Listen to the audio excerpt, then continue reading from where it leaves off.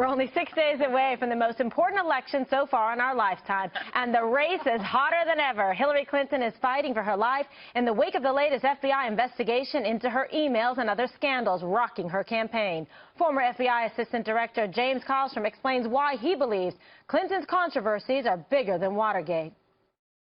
So you say, that actually this blows Watergate away in your view, what the Clintons have done, what Hillary has done. Why? I mean, get specific on that. Well, the pay for play. I mean, the foundation that gives less than 6% of the money to charity, according to reports that I've read.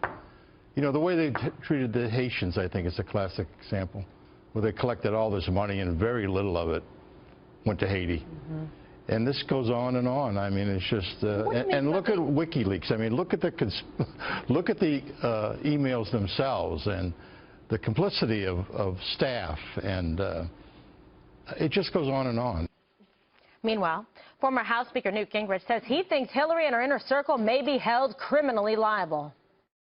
There were 43 people in Watergate who were either indicted, tried, or convicted. And I say that because as you watch more and more of this stuff, I don't see how John Podesta is going to stay out of legal trouble. I don't see how Cheryl Mills is going to stay out of legal trouble.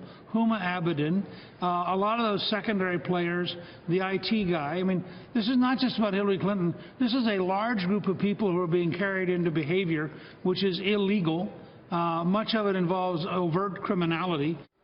Okay, so from a messaging standpoint, then, a lot of, the campaign for Hillary, the campaign for Trump, both hitting hard. One saying, look, even President Obama saying this is sexism, but Trump supporters saying this is serious, she could be indicted. Well, and one of the things that Newt Gingrich just said, that he doesn't think they can escape legal trouble, but some of them already have because they got immunity deals.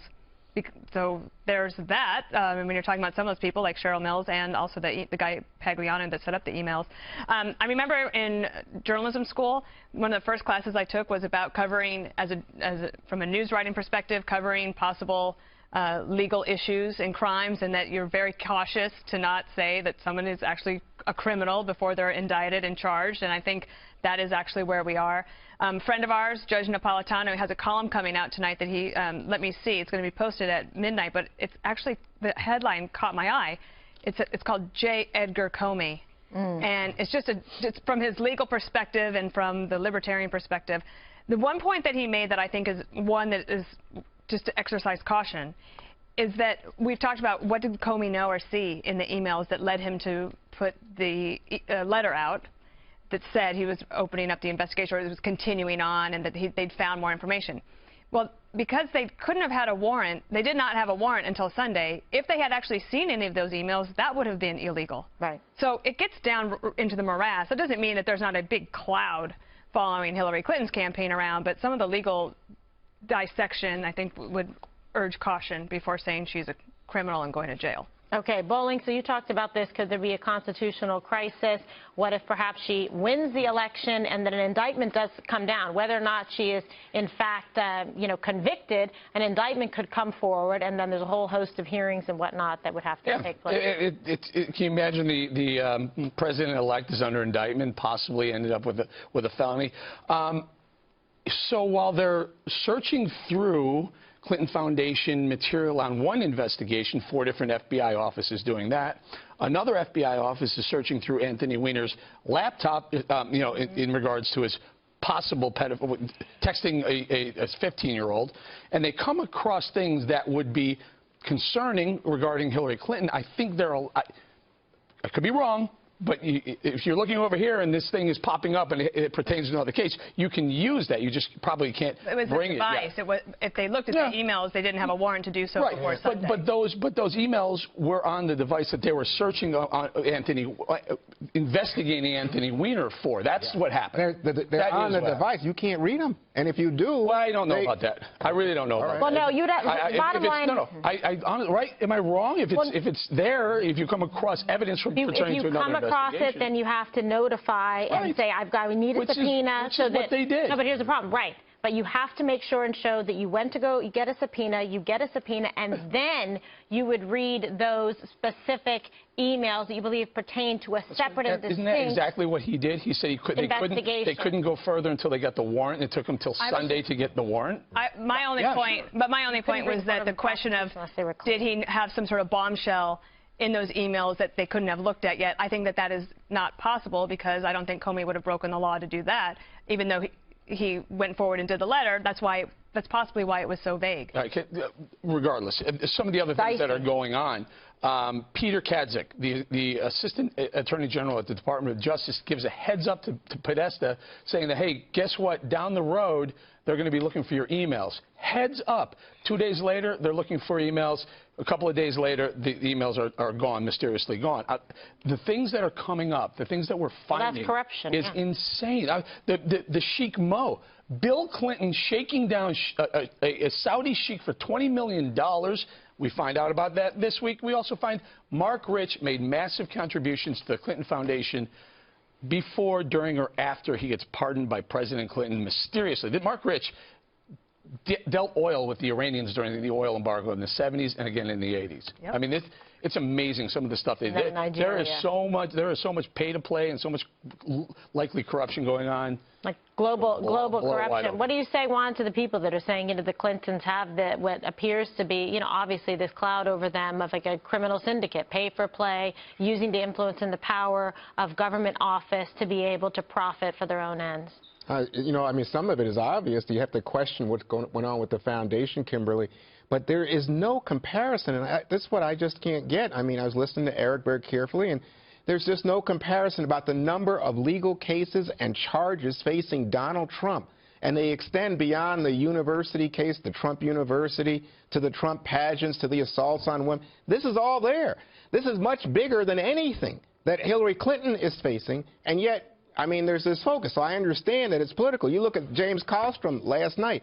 Kallstrom says he's known Donald Trump for more than 40 years, that Trump has been generous with him, I guess, and that now he's endorsing Trump, and he's using his background, the fact that he's a former deputy at the FBI, to not only endorse Trump, to get involved with politics in a way that I think is unseemly, but also to go after Jim Comey. He says he doesn't talk to everybody at the FBI, but he thinks there's a revolt. The revolt that may be among former FBI officials attacking Jim Comey now. And again, I think, people can watch this and they might come away with an impression that maybe he's trying to put his fingers on the scale more so than using his credibility as former director of the FBI. Okay, Greg. You guys are missing the big story. Anthony Weiner. No, he entered a sex addiction clinic rehab in Florida. The interesting thing about this place is you are allowed no phones or laptops. Those are barred from the facility. But lucky for him, he's bringing a copy of Highlights. So that'll be good.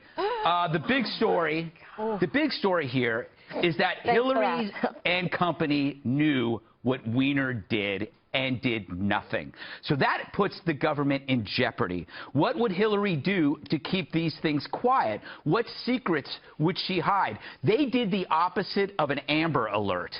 They did, I would call it a pervert pass, which is the reverse. They actually buried something that is potentially illegal and highly damaging. It's pretty disgusting. When you think about it, and they call the, we were talking about the Clintons being a crime family. What kind of crime family are they? She really is Frank Costello from The Departed.